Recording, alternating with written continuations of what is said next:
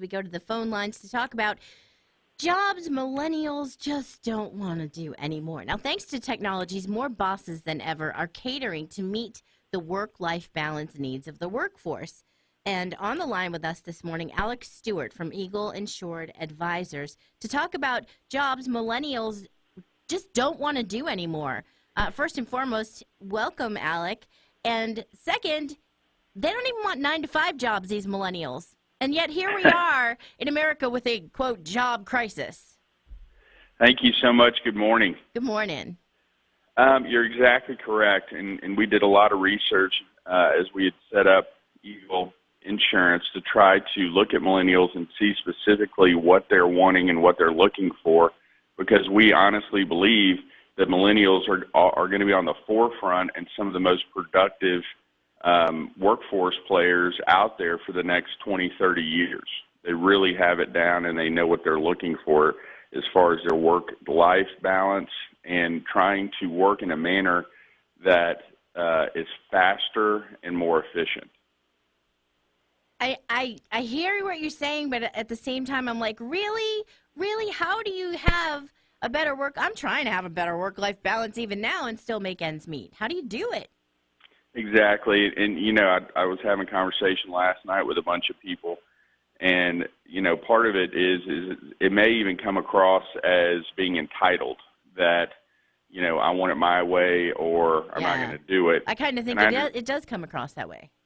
Right. And I completely get that, and I understand that. The way that I was kind of explaining it and posing it was more of, if you have somebody that is looking at a faster, better way to do it, and of course they want to get what they want at the same time. The work-life balance is kind of a symptom. It's kind of a secondary piece in our minds to the way millennials like to work. And the way that we find that they like to work is that they're some of the most entrepreneurial people out there. They would love to have their own business. They're not looking, they want to work hard. They just want to work fast. And they want to be able to do that so that they can go do other things that they want to do. And you got to remember, a lot of them have dealt their entire lives with a society where things happen much more quickly, period. We think of iPhones and everything, but that's still fairly recent. Millennials are kind of the first generation coming through where they've had immediate access to a whole lot of things very quickly in their lives. So they get very impatient with the thought that they can't work fast themselves, they can't do what they need to do quickly, and then go do other things that they may want to pursue as well. Alec, being a millennial myself, I've known a lot of people who work, in environments where they get a lot of what they're supposed to get done, done very quickly. And there are some employers where I've seen where they, if at the end of the day, everything's done, they're allowed to go home early. And the others that don't just seem to basically just kind of wait around for the clock to run out. One of the things that's interesting, what do you think is the connection between avoiding 9-to-5 jobs and preferring an occupation that allows them to pursue greater purpose? Do you think that millennials don't see a greater purpose in 9-to-5 jobs? I think a lot of the time that I hear what you're saying, and I know that we back here trying to figure this out, try to make a correlation between the 9-to-5 job with a purpose, working for a boss, working in a salaried cap position, and we try to connect all those dots. Sometimes, as a baseline, they're out there for millennials, but a particular person may only, display 2, 3 of those items instead of all of them at one time. And to your point about, a boss saying if you get XYZ workload done, you can go home early, and some do it and some don't. Again, a lot of that comes down to the individual person.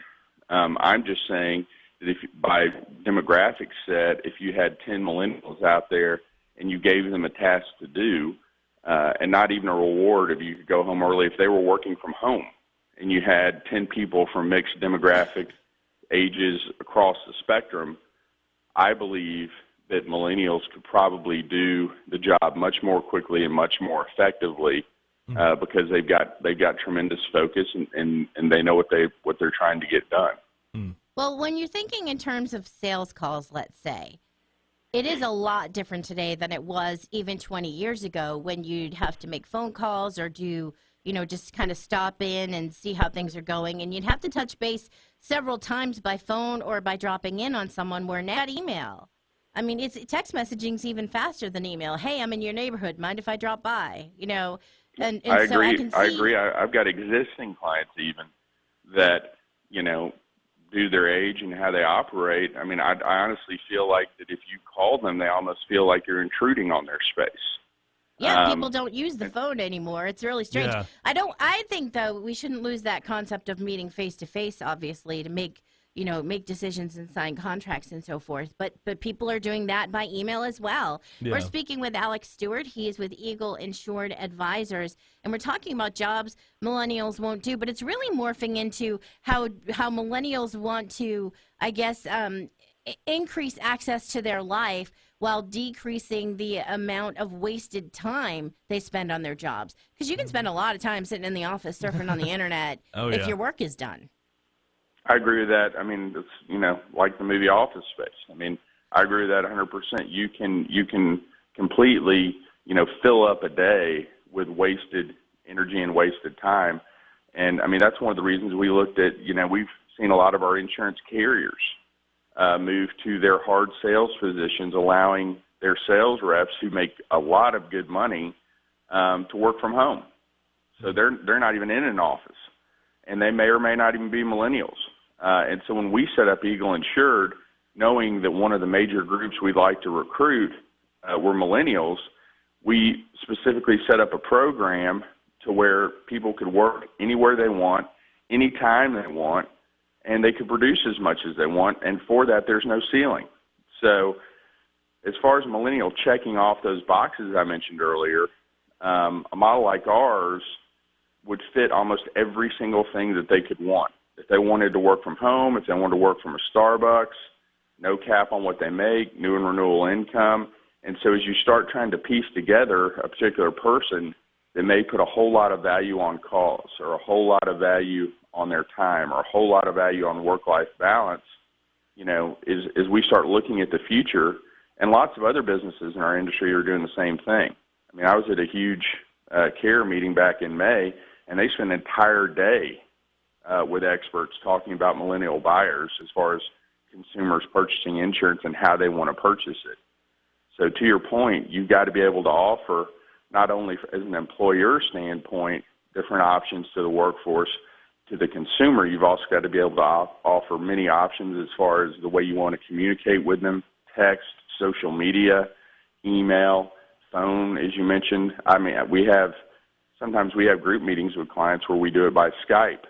So, you really got to start thinking in today's world, technology is not only about what consumers can go do themselves, but as a service business, how are we going to attract good talent to come work for us, and how are we going to best serve our customers? It's important to know, definitely. So it sounds like really the millennials aren't the ones who need changing. They're already morphing. It's the business owners who really need to take on a new perspective of what a worker is and how much time they spend.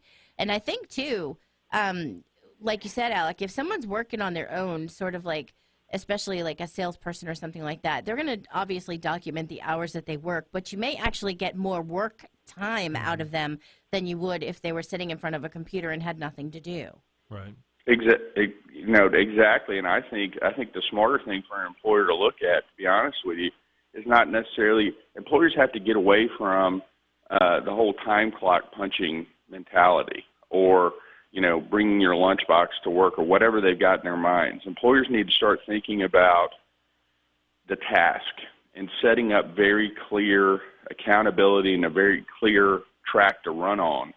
And if somebody can get it done in a faster amount of time correctly in a very professional manner, why should an employer care, when they're doing it or how they're doing it? If the parameters set of I need this done by X amount of time and it's done, I personally get frustrated and confused with the employers that I've talked to that still get stuck in the old ways of, we're located in XYZ location. Most of our employees have to drive 20 miles or more to get where we are, but man, we're still going to make them do it 5 days a week.